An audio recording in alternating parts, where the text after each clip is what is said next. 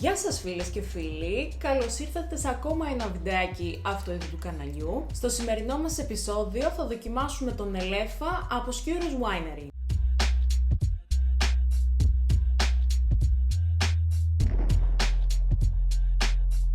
Το Skewers Winery είναι ένα μπουτίκ εινοποιείο, το οποίο εδρεύει στη Θεσσαλονίκη, αλλά οι αμπελώνες του βρίσκονται στις Σέρρες. Πάμε να δούμε μαζί την φιάλη και να την περιγράψουμε.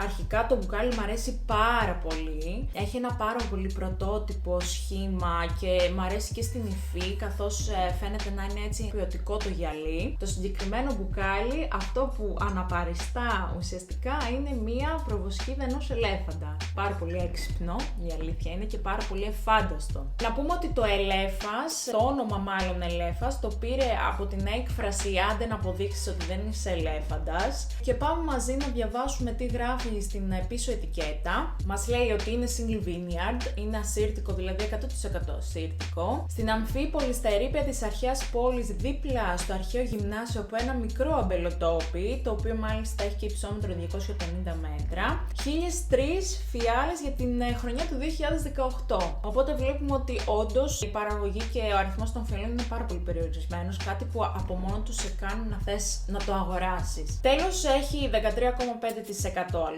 Η συγκεκριμένη χρονιά, όπως είπαμε, που έχω εγώ είναι του 2018, ωστόσο η τρέχουσα χρονιά είναι του 2019. Πριν το ανοίξω, αυτό που ήθελα να σας δείξω και να σας αναφέρω είναι αυτό το ωραίο αυτοκόλλητο που έχει πάνω στον φελό.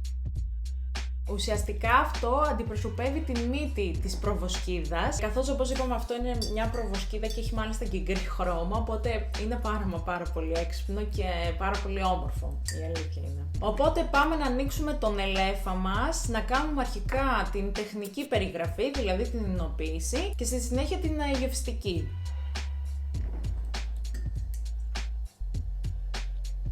Αρχικά η πρώτη εντύπωση μου άρεσε πάρα πολύ στη μύτη. Για το συγκεκριμένο κρασί έχουμε προζυμωτική κρυοεκχύλιση για 24 ώρες και στη συνέχεια ξεκινά η αλκοολική ζύμωση σε ανοξίδωτες δεξαμενές σε σταθερή ελεγχόμενη θερμοκρασία, η οποία είναι 16 βαθμοί Κελσίου. Στη συνέχεια, στα μέσα της αλκοολικής ζύμωσης, το κρασί μεταφέρεται σε δρύνα βαρέλια, τα οποία είναι 225 λίτρα, και το κρασί μας ολοκληρώνει στα βαρέλια την αλκοολική ζύμωση. Παραμένουν μόνο οι φίνες ινολάσπες και γίνονται περιοδικές αναδεύσεις του κρασιού με τις ινολάσπες. Είναι το λεγόμενο μπατονάζ, από το οποίο το κρασί μας αποκτά μια πιο πλούσια υφή, πιο γεμάτο στόμα αλλά και αρώματα, και παραμένει στο βαρέλι για να οριμάσει για τουλάχιστον 10 μήνες. Αρχικά στην όψη βλέπουμε πως το κρασί μας έχει ένα έτσι πιο χρυσοκίτρινο χρώμα, και πάμε να δούμε πως είναι και στη μύτη.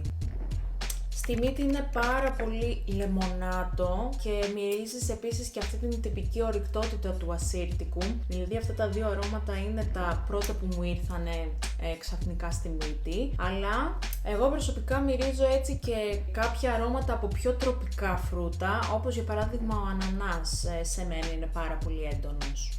Μυρίζεις μπαχαρικά λόγω του βαρελιού, όπως για παράδειγμα βανίλια. Ωστόσο στο συγκεκριμένο κρασί η αλήθεια είναι ότι μυρίζω πιο πολύ τα πρωτογενή αρώματα, τα οποία είναι τα φρούτα, παρά τα τριτογενή. Για παράδειγμα η βανίλια, δηλαδή τα αρώματα του βαρελιού. Και εμένα μου αρέσει αυτό γενικότερα σε ένα κρασί, ή τουλάχιστον να έχει μια πάρα πολύ όμορφη ισορροπία μεταξύ αυτών των δύο. Κάτι δηλαδή που βρίσκουμε και σε αυτό το κρασί. Πάμε τώρα να δούμε πώς είναι και στο στόμα.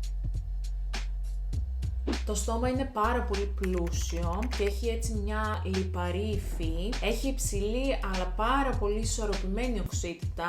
Τα αρώματα που μου αφήνει εμένα είναι πιο πολύ εσπεριδοειδή, αλλά φλούδα λεμονιού, φλούδα πορτοκαλιού, κάτι τέτοιο δηλαδή. Και σίγουρα η ορυκτότητα του ασύρτικου. Γενικότερα έχει μια πάρα πολύ όμορφη επίγευση. Είναι μακρά και είναι έτσι πιο λεμονάτη, θα λέγαμε. Το συγκεκριμένο κρασί σίγουρα μπορεί να παλαιώσει για τουλάχιστον 3, μην πω και παραπάνω χρόνια. Σκεφτείτε ότι εγώ έχω του 18, είναι ακόμα πάρα πολύ ζωηρό. Γενικότερα το αστέρτικο είναι μια ποικιλία η οποία μπορεί να παλαιώσει τον χρόνο, καθώς έχει πάρα πολύ υψηλή οξύτητα. Πόσο μάλλον και στο συγκεκριμένο κρασί, το οποίο έχει περάσει και βαρέλι, και όπως είπαμε σε ένα προηγούμενο μας βίντεο, το βαρέλι βοηθάει στο κρασί να παλαιώσει την φιάλη, δηλαδή ή να αντέξει το χρόνο ή να γίνει ακόμα καλύτερο. Η τιμή που το βρήκα εγώ ήταν στα 12 ευρώ και 20 λεπτά και το αγόρασα από Κάβα. Ταιριάσματα με το συγκεκριμένο κρασί, εγώ θα πρότεινα τώρα κιόλας που ανοίγει ο καιρός, έρχεται το καλοκαιράκι, ετοιμαζόμαστε να πάμε έτσι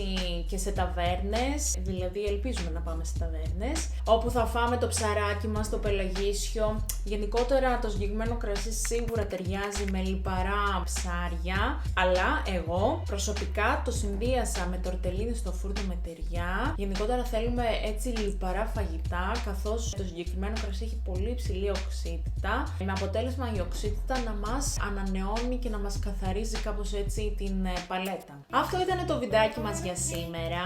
Αν σας αρέσει το περιεχόμενο αυτού του καναλιού, πατήστε το subscribe, είναι το κουμπάκι που βρίσκεται ακριβώς κάτω από το βίντεο. Πατήστε και το καμπανάκι για να παίρνετε ειδοποιήσεις κάθε φορά που ανεβαίνει καινούργιο βίντεο στο κανάλι. Ακολουθήστε μας στα social media, σε Instagram και Facebook, και εμείς θα τα πούμε σε ένα επόμενο βίντεο. Γεια σας!